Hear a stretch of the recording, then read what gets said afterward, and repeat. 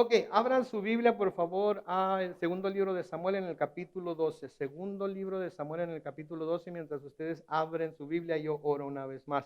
Padre Celestial, al abrir tu palabra, damos gracias por la habilidad que todavía tenemos de hacerlo. Damos gracias, Señor, porque cada vez que la abrimos y la escudriñamos, buscando la dirección de tu Espíritu, somos edificados, somos, Señor, a veces convencidos de pecado, llamados al arrepentimiento, Señor, y tu bondad y misericordia se hacen se dejan ver a través de las páginas. Ese es el caso de la porción de escritura que vamos a estar viendo hoy. Así es que, Señor, que tu Espíritu nos hable a cada uno lo que necesitamos escuchar hoy en el nombre de Cristo Jesús. Amén.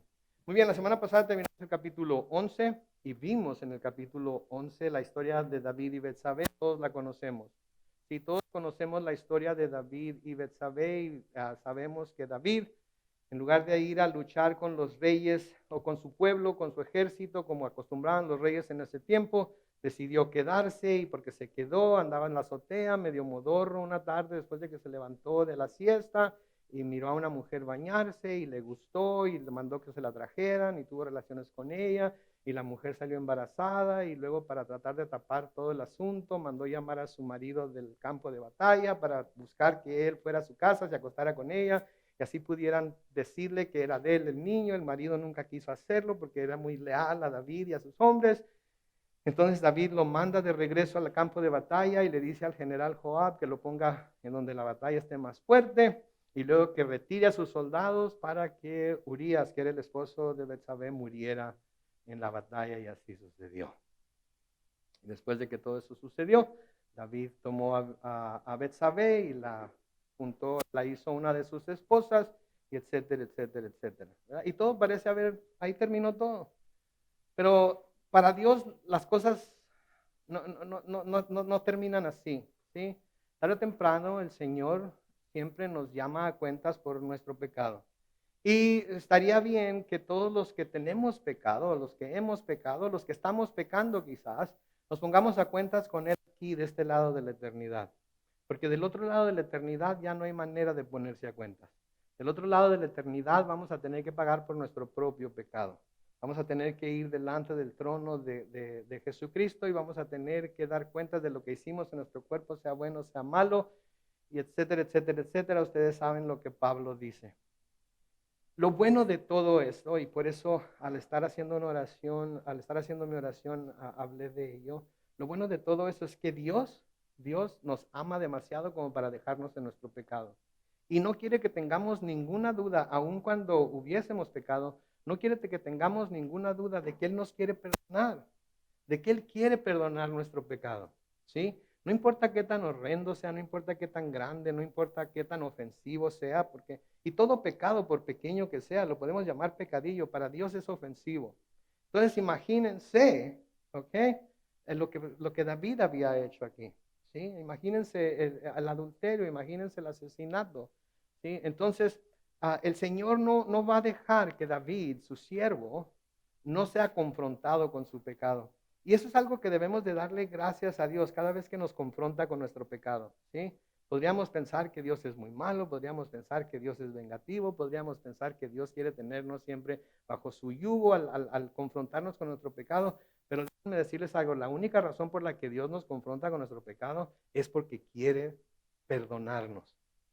Pero para perdonarnos tenemos que reconocer que hemos pecado y tenemos que pedirle perdón.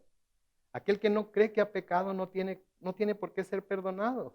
Pero aquel que reconoce su pecado y pide perdón, Dios lo perdona. Entonces, esto es lo que vamos a ver aquí hoy. Noten ahí en el segundo libro de Samuel, capítulo 12, comenzando en el versículo 1, dice un día, y no se nos dice cuál día, no se nos dice cuánto tiempo pasó. Podemos deducirlo por lo que leemos más adelante, pero no tenemos una fecha exacta. Pero aquí se nos dice un día el Señor envió a Natán a hablar con David. Noten, el Señor siempre había hablado con David, ¿verdad? El Señor siempre había ido a hablar con él. Pero ahora el Señor no va con David. ¿Por qué será que envió a Natán y no fue David, no fue el Señor mismo con David? Sabemos que Dios es santo. Dios no puede tener nada que ver con el pecado, ¿verdad? Entonces, a menudo lo que Dios hace es mandarnos profetas, es mandarnos personas, ¿sí? A quienes Él revela lo que Él quiere que nos digan para que a través de esos profetas, a través de esas personas, Él pueda comunicarse con nosotros, porque no puede, escuchen esto, Dios no puede tener comunión con nosotros si estamos pecando. No puede, porque Él es santo, es perfecto, es puro. Nosotros a veces nos engañamos y pensamos que porque estamos pecando, pero el Señor no ha hecho nada al respecto, que todo debe estar bien con Dios. Pero no hay nada más lejos de la realidad. El Señor está listo para perdonarnos si pedimos perdón, pero el Señor no puede tener comunión con nosotros mientras estamos en pecado. Entonces el Señor envió a Natán a hablar con David y Natán le dijo, en cierta ciudad vivían dos hombres, uno de ellos era rico y el otro era pobre.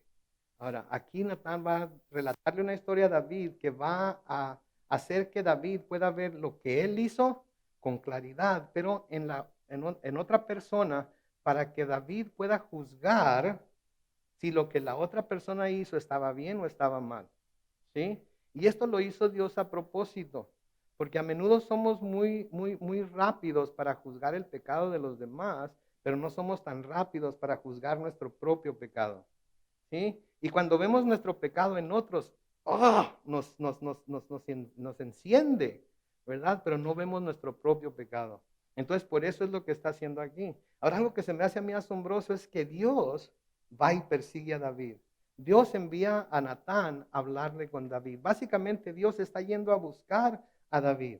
Después de que David había pecado en la forma en la que había pecado, había cometido adulterio, había tratado de manipular al esposo de Betsabé, ¿sí? Lo mandó al campo de batalla para que muriera, ¿sí? Y de todas maneras, después de todo ese pecado que cometió, Dios es el que va por medio de Natán a buscar a David. ¿Okay? ¿Qué les habla? ¿Qué les dice esto de nuestro Dios? ¿Qué les dice esto de nuestro? ¿Hasta dónde está dispuesto Dios a ir? ¿Hasta cuánto está dispuesto Dios a hacer por salvar al pecador de su pecado? Él está dispuesto a ir a buscarlo. Y esto es lo que ha sucedido desde el principio de la creación, ¿sabían ustedes? Desde el principio de la creación, esto es lo que sucedió. Sí, porque cuando Adán y Eva pecaron, ¿sí? ¿Se acuerdan la historia, verdad? Adán le dijo a Eva, Eva, ¿sabes qué? La regamos.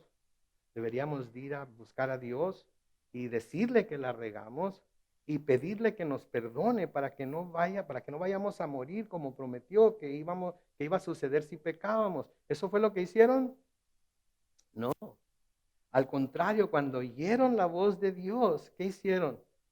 Se escondieron. Porque eso es precisamente lo que Satanás quiere y lo que el pecado quiere que hagamos nosotros cuando pecamos, que nos escondamos, ¿sí? Que no le digas a nadie, nadie se va a dar cuenta. Al cabo que estás seguro, no, cállate, calla boca para lengua, ¿para qué? Los vas a hacer sufrir si les dices tu pecado, no les digas.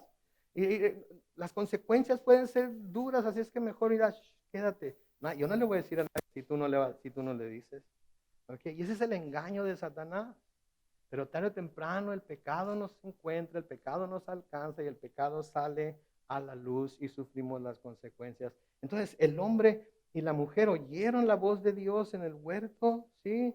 Y cuando oyeron la voz de Dios en el huerto, corrieron a esconderse entre los árboles para huir de la presencia del Señor. Sí, y luego se acuerdan lo que hicieron? Se pusieron delantales, ¿verdad? Se cubrieron con ¿qué? Con hojas de higo, ¿verdad? ¿Alguna vez han visto las hojas de higo? ¿Las han tocado?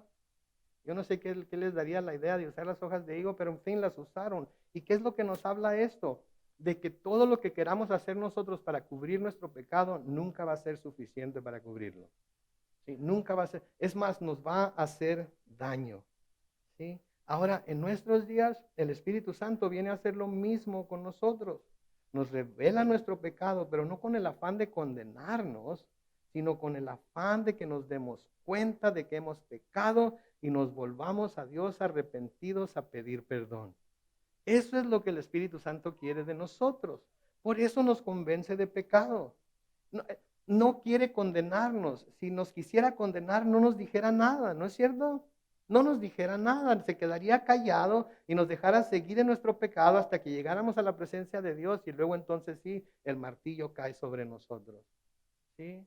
Un doctor que es buen doctor, cuando diagnostica a una persona que tiene alguna enfermedad terminal, le avisa que tiene esa enfermedad para que tome las medidas necesarias para sanar. ¿No es cierto? Entonces así el Espíritu Santo también viene y nos revela nuestro pecado, pero no porque quiere condenarnos, sino porque quiere que nos arrepintamos y nos volvamos a el Señor. Señor Jesucristo en Juan capítulo 6, los versículos 7 y 8 dijo, pero les digo la verdad, les conviene que yo me vaya, porque si no me voy, el Consolador no vendrá a ustedes, pero si me voy, se lo enviaré. Y cuando Él venga, convencerá al mundo de pecado, de justicia y de juicio. Y gracias a Dios por el Espíritu Santo, que nos redarguye cuando cometemos un error, cuando cometemos un pecado. Gracias a Dios porque nos recuerda que servimos a un Dios justo y que no va a pasar por alto el pecado que no sea pagado por la sangre de Cristo. Y gracias a Dios que el Espíritu Santo nos recuerda que viene un día de juicio. Viene un día de juicio, tan seguros como que estamos aquí, viene un día de juicio. Entonces, Dios manda a Natán con esta historia para que David se dé cuenta de lo que hizo. Noten lo que le sigue diciendo ahí Natán en el versículo 2. El rico tenía muchas ovejas y vacas, pero el pobre solo tenía una corderita que había comprado y criado, y que era como su propia hija, pues comía de su mesa, bebía de su vaso y dormía en su regazo. Era como de la familia, pues había crecido con él y con sus hijos. Noten lo cercano que estaba esta corderita de este hombre, ¿sí? La amaba, ¿sí? Era como una de su familia. Tenía un cariño especial para ella. Versículo 4 dice, un día el hombre rico recibió a un visitante y como no quiso matar a ninguna de sus ovejas o vacas para ofrecerle de comer al visitante, noten lo que hizo, fue y tomó la oveja del hombre pobre y la preparó para su visitante. Wow. Ahora, ¿qué sucede aquí con David? Noten lo que dice el versículo 5. David se puso muy furioso contra aquel hombre. Y le dijo a Natán, juro por el Señor que este hombre merece la muerte. No solamente merece la muerte, dice, y por haber actuado así, sin mostrar nada de misericordia, tiene que pagar 4 veces el valor de la oveja. Y eso era lo que decía la ley. ¿Sí? Eso era lo que decía la ley. Cuando alguien era sorprendido robando, cuando alguien mataba a un animal de otra persona o usaba algo de otra persona y lo perdía o algo, tenía que pagar 4 veces el precio de lo que usó o mató. ¿Qué nos dice esto? Que David conocía la ley, que David conocía, sabía lo que la voluntad de Dios era y sabía lo que era imponer un castigo a alguien que había hecho lo que él había hecho. Pero noten, ofensivo le fue el pecado de este hombre rico a David. Sí, y de nuevo, como les decía al principio, el pecado de otros cuando lo vemos es ofensivo para nosotros, ¿no es cierto? No lo podemos tolerar. No lo podemos tolerar. ¿Cómo pueden juntarse con esa persona? ¿Cómo pueden tener esa persona en el grupo de alabanza? ¿Cómo pueden tener esa persona como parte del liderazgo? ¿Cómo pueden tener esa persona? ¿Que no saben el pecado que cometió o el pecado que está cometiendo? No podemos tolerar el pecado de otros. Queremos que sea castigado, que haga justicia. Pero debemos tener cuidado de cómo reaccionamos al pecado de los demás. Mi mamá tiene un dicho que dice, todos tenemos cola que nos pisen. Aquí en Estados Unidos se dice que tenemos esqueletos en el closet, ¿verdad? ¿Verdad? Todos tenemos cosas escondidas en nuestra vida, ¿sí? Que no quisiéramos que nadie descubriera, que nadie sepa, ¿sí? Entonces, cuando vemos a otra persona pecar con el mismo pecado que nosotros hemos pecado, tropezar con la misma piedra que nosotros hemos tropezado, lejos de ser juicio, jurado y verdugo, o juez, jurado y verdugo, debemos de ser compasivos, debemos de ser misericordiosos, debemos demostrar gracia, así como el Señor ha mostrado gracia para con nosotros. ¿Sí? Porque, de nuevo, todos pecamos de alguna manera o de otra. ¿Sí? Nunca pensamos que pudiéramos llegar al grado de pecar como David pecó, pero ¿quién me puede decir con 100% de seguridad que desde aquí hasta que muera, nunca, nunca, nunca va a caer en el mismo pecado que David cayó? Nadie, porque no sabe, si la tormenta perfecta se da, créanme, vamos a caer en él. Por eso vamos a estar a las vivas. Mi papá decía venadeando. ¿No? Han visto los venados, ¿verdad? Cuando están comiendo y levantan de repente la cabeza y voltean. Tenemos que estar venadeando, ¿sí? Porque si no, cuando menos nos demos cuenta, vamos a caer. Pero una de las cosas que no debemos hacer es juzgar a los demás cuando de alguna manera sabemos que han caído en algún pecado o de alguna manera descubrimos que han caído en algún pecado. En Romanos 2, los versículos 1 al 4 dice, por tanto tú que juzgas a otros, no tienes excusa, no importa quién seas, pues al juzgar a otros te condenas a ti mismo porque haces las mismas cosas que hacen ellos. Todos sabemos que el juicio de Dios contra los que practican tales cosas se ciñe a la verdad. Y tú, que juzgas a los demás, pero practicas las mismas cosas que ellos, ¿piensas que escaparás del juicio de Dios? ¿No te das cuenta de que menosprecias la benignidad, la tolerancia y la paciencia de Dios y que ignoras que su benignidad busca llevarte al arrepentimiento? ¿Saben que si queremos ser como Dios, en lugar de juzgar, vamos a buscar la manera de que la persona que cae pueda volver a Jesucristo y se rinda a sus pies? Vamos a hacer todo lo posible, ¿sí? Con lazos de amor, con entendimiento, con sabiduría, con gracia y con misericordia, tratar de llevarlos de nuevo a los pies de Cristo para que tengan la oportunidad de que se arrepientan. Esa es nuestra misión. No es la de juzgar, no es la de apuntar con el dedo. Hay gente que dice, no, yo no juzgo a nadie, yo solamente inspecciono su fruto. ¿Quién los hizo inspectores de fruto? ¿Quién los hizo inspectores? Les dijo, por sus frutos los conocerás. Pero no quiere decir que vamos a andar inspeccionando el fruto de todo el mundo y luego señalando que el fruto que estas personas están produciendo es fruto perdido, es entre ellos y Dios. No es para que yo lo juzgue de tal forma, es para que Dios lo juzgue. ¿Sí? Entonces tenemos que tener mucho cuidado porque noten lo que dice el Señor Jesucristo en Mateo 7, 1 al 4. No juzguen para que no sean juzgados, porque con el juicio con que ustedes juzgan, serán juzgados y con la medida con que miren serán medidos. ¿Por qué miras la paja que está en el ojo de tu hermano y no miras la viga que está en tu propio ojo? ¿Cómo dirás a tu hermano, déjame sacar la paja de tu ojo cuando tienes una viga en el tuyo?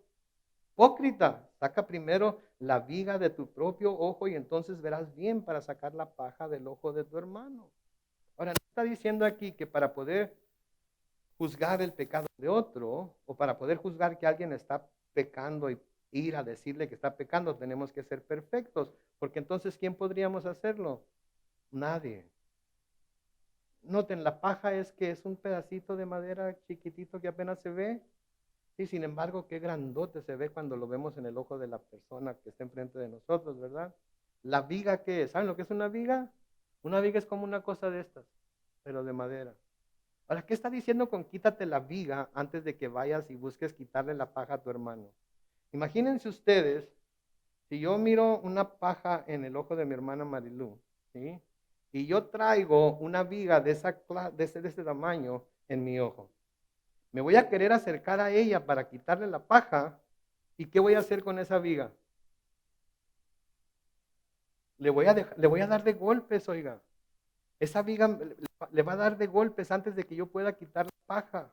¿Sí? Entonces, cuando vayamos a ir a quitar la paja del ojo de un hermano, tenemos que quitarnos la viga para no agarrarlo a golpes con esa viga. ¿Sí? Eso es lo que quiere decir. Tenemos que ser compasivos, tenemos que ser llenos de gracia, tenemos que mostrar misericordia para no agarrar a golpes al hermano que está pecando en lo que nosotros creemos que es el peor pecado que pueda estar cometiendo. ¿Sí?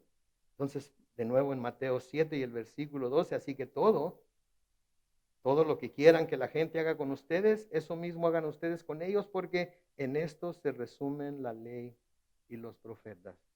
¿Cómo quisieran que la gente los tratara a ustedes si ustedes cayeran en un pecado? Que le pusieran una letra escarlata, que le señalaran con el dedo. Uy, ahí viene aquel que cayó en tal o cual. No lo dejen entrar a la iglesia. Échenlo de la iglesia, que no saben lo que hizo. ¿Así quieren que los traten? ¿O quieren que los hermanos los reciban con gracia y misericordia y digan, ¿sabes qué? Lo único que tienes que hacer es ir delante del Señor Jesucristo, arrepentirte y Él te va a perdonar tu pecado. Él te va a perdonar tu pecado. ¿Sí? Entonces Natán va con esta historia a David y David se enchila de volada.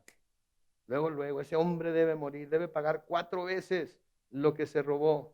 Noten el versículo 7, entonces Natán le dijo, Tú eres ese hombre. Oh my goodness. Tú eres ese hombre. Y así ha dicho el Señor Dios de Israel. Yo te consagré como rey de Israel. Yo te libré del poder de Saúl. Yo te di el palacio que fue de tu Señor y puse en tus brazos sus mujeres. Además, yo te entregué las tribus de Israel y de Judá y, por si esto fuera poco, yo estaba dispuesto a darte mucho más. Yo estaba dispuesto a darte mucho más. Yo te di todo esto, yo lo puse en tus manos. ¿Sí?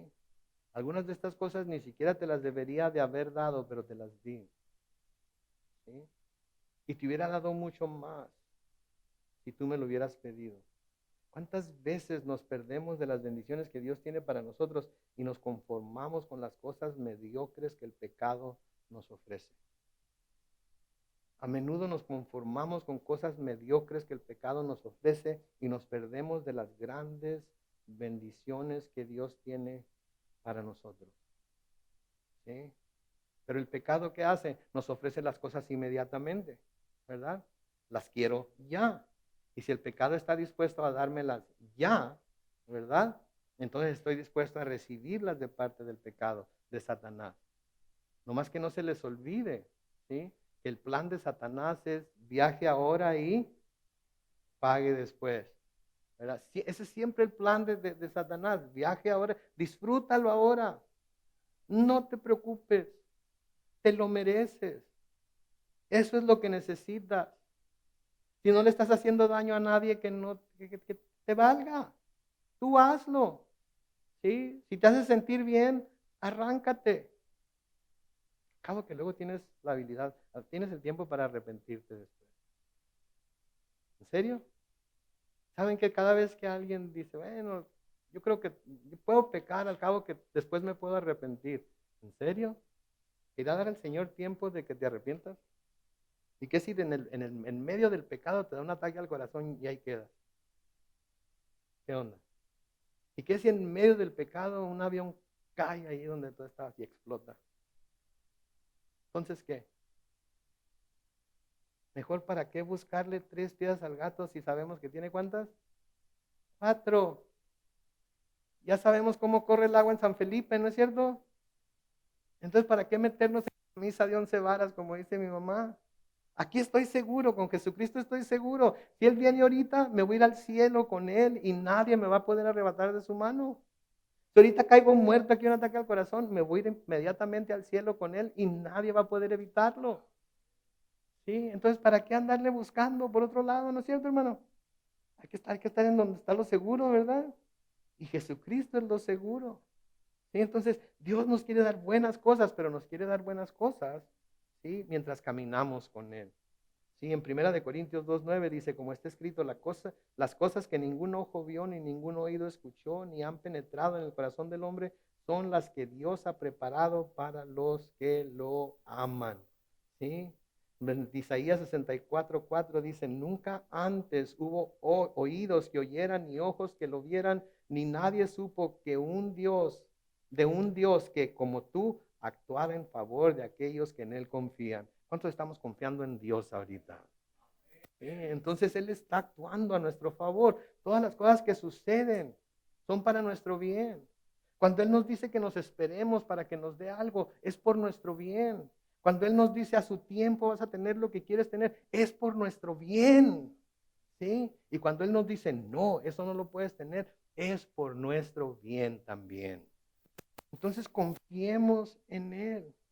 ¿Sí? Noten lo que le sigue diciendo Natán en el versículo 9. ¿Por qué? Es Dios hablándole a David a través de Natán. ¿Por qué menospreciaste la palabra del Señor y actuaste mal delante de sus ojos? El hitita Urías lo mataste por medio de la espada de los amonitas para quedarte con su mujer. Espérense, espérense. ¿Quién le dijo esto a Natán? ¿Cómo sabe Natán que esto fue lo que sucedió? ¿De dónde lo sacó? Dios se lo reveló. Dios, cuando alguien nos dice algo y decimos, híjole, ¿y quién le contó esto? ¿Sí? Alguien le tuvo que haber dicho. Porque eso se parece demasiado a lo que yo estoy pasando. ¿Será de parte de Dios? Pensemos si es de parte de Dios. Y escudriñemos nuestra vida. Y si queda, como les dije el otro día, el dicho aquel, si te queda el saco, lo saben todos, ¿verdad? Así es, si te queda, póntelo, haz algo. Se te está hablando a ti, se te está diciendo a ti. Y notan lo que hizo David. David menospreció la palabra del Señor. ¿Qué quiere decir menospreció? Menospreciar, hacer menos, darle menos valor de lo que en realidad vale la palabra del Señor. ¿Cuánto vale la palabra del Señor para nosotros? ¿Cuánto vale Porque si vale todo, entonces la vamos a poner por obra al pie de la letra. Nos duela o no nos duela, nos guste o no nos guste, vaya de acuerdo con mi plan o no vaya de acuerdo con mi plan, la voy a poner por obra. Porque vale todo para mí. ¿Sí? Y luego, noten, le dice exactamente lo que hizo, así como la mujer samaritana. ¿Se acuerdan de la mujer samaritana? Cuando el Señor le dijo, ve por tu marido, y la mujer samaritana le dijo, no tengo marido. Y le dijo, bien has dicho, porque 4 maridos has tenido, y el que con el que vives ahorita tampoco es tu marido. ¿Qué fue el que les dijo a los samaritanos? Me ha dicho todo acerca de mí. ¿Sí? El Señor nos revela todo acerca de nosotros, de alguna manera o de otra. ¿Sí? Y debemos de darnos cuenta de que Él lo está haciendo, pero lo está haciendo por amor, no nos quiere avergonzar, no quiere que el resto de la gente se dé cuenta. ¿Sí? Obedezcamos al Señor, recibamos su disciplina en privado para que no tenga que sacarlo a la luz. Sí, descubrámonos delante de Él completamente, porque si Él lo saca a la luz, ay Dios, créanme, no se los estoy diciendo teóricamente. Sí, algún día les daré mi testimonio. Voy a escribir un libro para que cuando me muera todos lo lean. Y ya no vayan ya no me juzguen, no me van a poder juzgar. Ya voy a estar en el cielo, así es que lo que digan, no, no es cierto, no es cierto. Un día voy a contarles mi testimonio, todititito, para que sepan quién fue su pastor.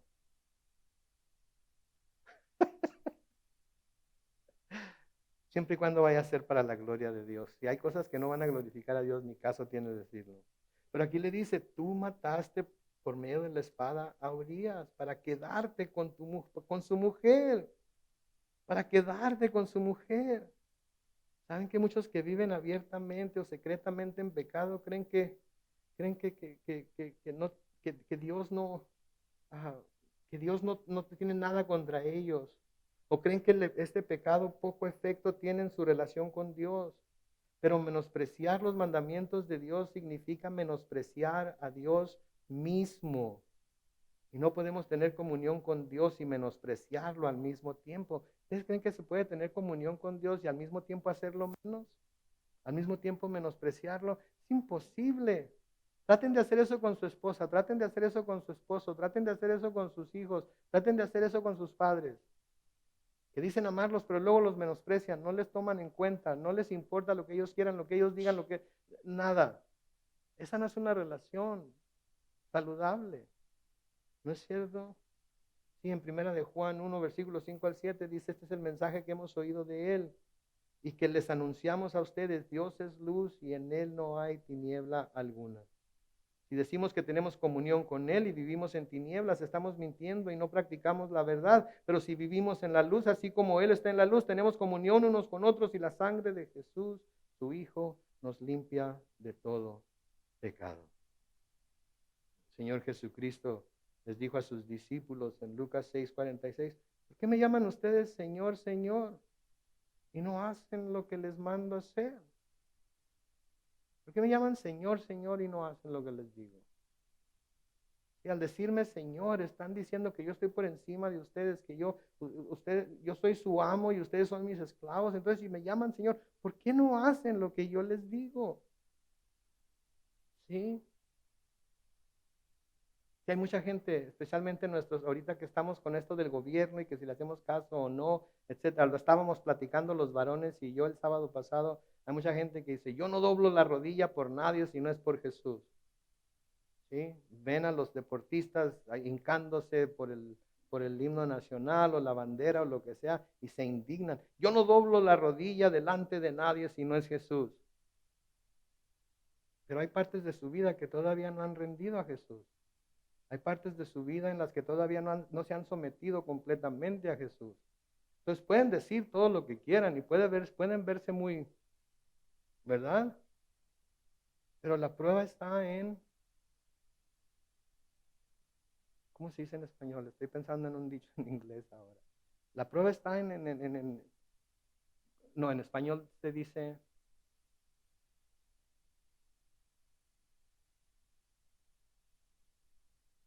en la forma de comerse tacos se conoce por el comedor. ¿Se podría decir así? ¿Sí, verdad? Ya ve, acá tengo mi intérprete. Ok, entonces, por la forma en la que se responde a lo que el Señor dice, se sabe si la persona en realidad está sirviendo al Señor o no. Entonces decir, yo no doblo la rodilla delante de nadie más que de Jesús, y luego no hacer lo que Él dice, ¿cómo es que se está doblando la rodilla delante de Él? Sí, entonces eso fue lo que pasó con David. Sí, él decía, él hacía de vez en cuando cosas, pero en realidad menospreció la palabra del Señor. Y cuando se menosprecia la palabra del Señor, ¿sí? Es como levantar nuestra casa sobre la arena. Eso fue lo que el Señor dijo, ¿verdad? El que escucha mi palabra y la pone por obra, les voy a decir como quién es. Es como aquel que levantó su casa sobre la roca. ¿Sí? Y cuando vinieron los vientos y vinieron las lluvias y vinieron las inundaciones, etcétera, etcétera, azotaron contra la casa. ¿Y qué le pasó a la casa? Para nada. Pero al que edifica su casa sobre la arena, al que no oye mi palabra y no la pone por obra, es como el que edifica su casa sobre la arena. Así que cuando vienen los vientos y las lluvias y las inundaciones y todo lo demás, golpean contra la casa. ¿Y qué pasa? Se cae. Y eso fue exactamente lo que pasó, lo que le pasó a David. Su casa se derrumbó, quedó completamente en ruinas, como vas a ver en próximos estudios, sí, por causa de su pecado. Pero David, como nosotros, no estuvo exento de las consecuencias de su pecado, solo de la pena por el pecado. ¿Sí? Mis hermanos, si pecamos, vamos a sufrir las consecuencias. Vamos a sufrir las consecuencias. La pena por el pecado ya la pagó Jesús. La pena máxima por el pecado la pagó Jesús en la cruz.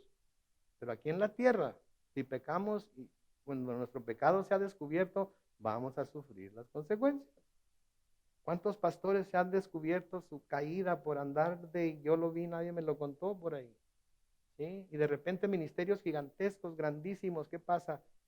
Caen al suelo. ¿Sí? ¿Por qué? Porque no se cuidaron, porque no estaban edificando su casa espiritual sobre la roca, la edificaron sobre la arena y cuando llegaron las tormentas cayeron. Noten el versículo 10, ahora en castigo la violencia jamás se apartará de tu propia familia, pues menospreciaste al Señor y tomaste como mujer a la esposa de Urías y Tibna. ¿Sabían ustedes que en la casa de David siempre hubo violencia? Los hermanos se mataron unos a otros, siempre había alguna clase de drama. Siempre había alguna clase de drama en la casa de David. Uno de ellos violó a su hermana y luego el hermano de ella lo mató a él y luego, y así sucesivamente pasó. ¿Sí? Versículo 11 dice, pero así dice el Señor, yo haré que el mal sobrevenga sobre tu propia casa. Ante tus propios ojos entregaré tus mujeres a tu prójimo y a pleno sol se acostará con ellas. ¿Saben quién hizo eso con las mujeres de David? Su hijo Absalón. Lo vamos a ver más adelante. Tú lo hiciste con una, yo voy a hacer que alguien, ¿sí? Alguien de tu propia casa tome a todas tus mujeres. Y lo va a hacer en público para que todo el mundo vea que él era mayor que el rey. Pero eso lo dejamos para después. Versículo 12, le que te hiciste en secreto, yo lo haré a plena luz del día y en presencia de todos los israelitas. Y después le respondió, y David le respondió a Natán, reconozco que he pecado contra el Señor. Y Natán le dijo, el Señor ha perdonado tu pecado y no vas a morir. Ahora aquí tenemos que ver lo que David hace. Una vez que se le presenta con el pecado, una vez que Natán lo reta con el pecado que ha cometido, Una vez que Natán lo confronta con el pecado que ha cometido, noten que David no trata de justificarse. David no trata de decir, bueno, pero es para qué andaba ella bañándose allá en el aire libre y para que todos la vieran. Si ella no hubiera estado desnuda ahí bañándose, yo nunca la hubiera visto. Y si nunca lo hubiera visto, entonces yo nunca lo hubiera deseado. Y si nunca lo hubiera deseado, nunca lo hubiera podido traer, etcétera, etcétera. Noten que David no pone nada de esas excusas. Simplemente reconoce que pecó contra el Señor. ¿Sí? A menudo tratamos de hacer excusas por nuestros comportamientos, por nuestros pecados, ¿verdad? Pero si las cosas no hubieran sido, si mi patrón no fuera como es, si mi esposa no fuera como es, si mi esposo no fuera como es, si mis hijos no fueran como son, etcétera, etcétera, etcétera, y tratamos de alguna manera de justificar lo que estamos haciendo. ¿Saben qué? Les digo algo, cuando sea pecado, es pecado y punto. Grande, pequeño, mediano, es pecado y punto. Y lo mejor que podemos hacer es salir a la luz con ese pecado, confesárselo a Dios y buscar su perdón. Inmediatamente, porque noten lo que sucede. En el versículo 3, en el mismo versículo, David reconoce que pecó contra el Señor y en ese mismo versículo Natán le dice, el Señor ha perdonado tu pecado y no vas a morir. Sí, la respuesta de David es la respuesta que todos debemos tener cuando pecamos. Y si esta es la respuesta que tenemos, Dios responderá a nosotros de la misma forma que respondió a David. ¿Se acuerdan lo que dice Primera de Juan 1:9? ¿Qué dice? Si confesamos vamos a decirlo todos juntos, si confesamos nuestros pecados, Él es fiel y justo para perdonarnos nuestros pecados y limpiarnos de toda maldad. ¿Sí? Si confesamos ¿qué quiere decir confesar? Quiere decir estar de acuerdo con Dios. Que lo que Él llama pecado, nosotros lo llamamos pecado. ¿Sí? Lo llamamos tal cual es. No tratamos de cubrirlo con azúcar, no tratamos de hacerlo más pasadero, no tratamos de justificarlo, simplemente lo llamamos pecado. ¿Sí? Simplemente lo llamamos pecado.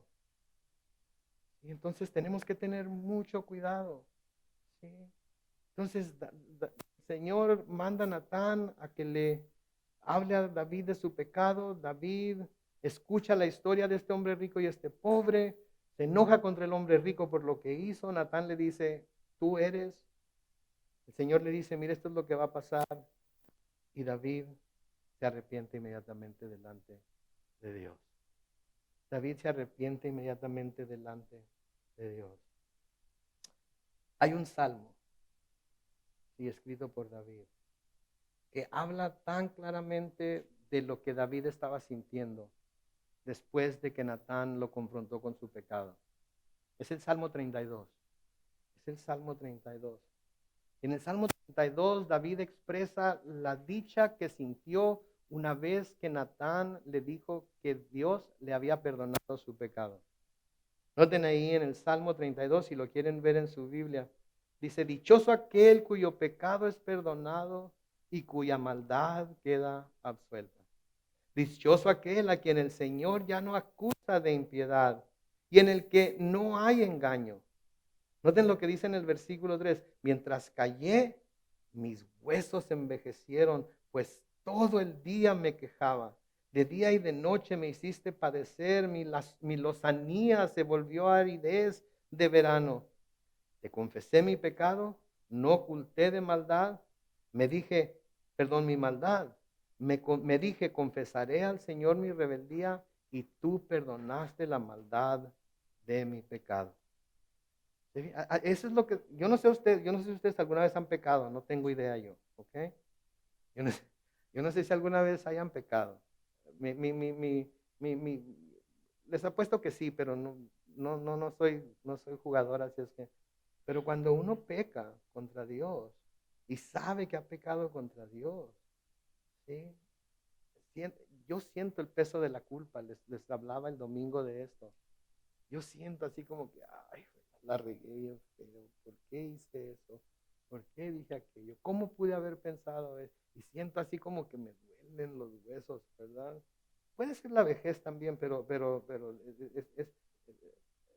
ese dolor me lo puedo quitar con un par de aspirinas o con un Tylenol o algo, pero lo del otro no se quita con absolutamente nada. ¿Ok? Y yo no sé ustedes, pero yo no puedo ni siquiera dormir. Estoy dando vueltas en la almohada y pidiéndole perdón a Dios una y otra y otra y otra y otra y otra y otra vez. Y saben que eso no debe ser porque Dios nada más necesita que le pidamos perdón una sola vez y Él nos perdona. Una sola vez y Él nos perdona. ¿Sí? El Salmo 51. En el Salmo 51 mi Biblia tiene este encabezado. Dice, plegaria de un pecador. Al músico principal. Salmo de David cuando Natán el profeta fue a hablar con David por causa de su adulterio con Betsabé. Y el Salmo 52 dice esto, Dios mío, por tu gran misericordia ten piedad de mí. Por tu infinita bondad borra mis rebeliones. Lávame más y más de mi maldad, límpiame de mi pecado. Reconozco que he sido rebelde, mi pecado está siempre ante mis ojos. Contra ti, solo contra ti he pecado. Ante tus propios ojos he hecho lo malo. Eso justifica plenamente tu sentencia y demuestra que tu juicio es impecable. Versículo 5 dice, mírame, yo fui formado en la maldad, mi madre me concebió en pecado. Mírame, tú amas la verdad en lo íntimo, haz que en lo secreto comprenda tu sabiduría. Purifícame con hisopo y estaré limpio, lávame y estaré más blanco que la nieve. Lléname de gozo y alegría y revivirán estos huesos que has abatido. Versículo 9 sigue diciendo, no te fijes ya en mis pecados, más bien borra todas mis maldades. Dios mío, crea en mí un corazón limpio, renueva en mí un espíritu de rectitud. No me despidas de tu presencia ni quites de mí tu Santo Espíritu. Devuélveme el gozo de tu salvación. Dame un espíritu dispuesto a obedecerte. Así instruiré a los pecadores en tus caminos, así los pecadores se volverán a ti. Versículo 14 dice, Dios mío, Dios de mi salvación, líbrame de derramar sangre, mi lengua proclamará tu justicia. Abre, Señor, mis labios y mi boca proclamará tu alabanza. Aun si yo te ofreciera sacrificios, no es eso lo que quieres. No te agradan los holocaustos. Los sacrificios que tú quieres son el espíritu quebrantado. Tú, Dios mío, no desprecias al corazón contrito y humillado. ¿Se dan cuenta? David conocía bien a Dios. Y David sabía que en cuanto fuera a pedirle perdón, Dios le iba a perdonar, así como Natán le dijo. Y David se regocijó en el hecho de que fue perdonado inmediatamente. ¿Sí? Y David sabía que el único que lo podía purificar, el único que lo podía limpiar, el único que lo podía hacer puro de nuevo, era Dios. Ese es el mensaje para nosotros hoy, mis hermanos y hermanas. Vivimos en un tiempo en el que hay mucho pecado allá afuera. Y es tan fácil ver el pecado de los demás. Es tan fácil identificar el pecado de los demás. Y hay tanto de dónde escoger. Pederastia, trato de personas, ¿sí? Drogas, alcohol, ¿sí? Protestas y asesinatos y aquello. Y qué bárbaro el mundo está. ¿Y cómo estoy yo? ¿Cómo está mi corazón? Es fácil juzgar el pecado de todos aquellos. Y es pecado, no me malentiendan, es pecado, está mal. Debemos de orar en contra de ellos, sí, debemos de. Pero ¿cómo está mi corazón? ¿Cómo estoy yo delante de Dios? ¿Sí? ¿Cómo está mi vida? ¿Está glorificando a Dios? ¿Estoy yendo a Él constantemente pidiendo perdón y pidiendo ser purificado por Él, por las cosas que a veces sin querer hago? A veces por no prestar atención, caigo en ello. ¿Cómo está mi vida? Creo que como el domingo, esta noche es una noche de introspección. Tenemos que vernos nosotros mismos. Antes de irnos de aquí y juzgar todo lo que está pasando allá afuera, tenemos que vernos nosotros mismos y ver dónde nos encontramos. Y si hay que arrepentirnos, hay que arrepentirnos. Si hay que pedir perdón, hay que pedir perdón. Si hay que dar un giro de 180 grados en nuestra vida e ir en dirección opuesta a la que vamos ahorita, hay que hacerlo inmediatamente. Porque Dios nos está llamando al arrepentimiento. Y como su iglesia debemos postrarnos delante de Él, ir con un corazón contrito y humillado y decir, Señor, purifícanos a nosotros primero, como dice aquí David, para luego yo poder ir, ¿sí? Y dirigir a los pecadores a los pies de Cristo. ¿Sí? No con juicio, sino con amor, con gracia y con misericordia y con perdón. Amén.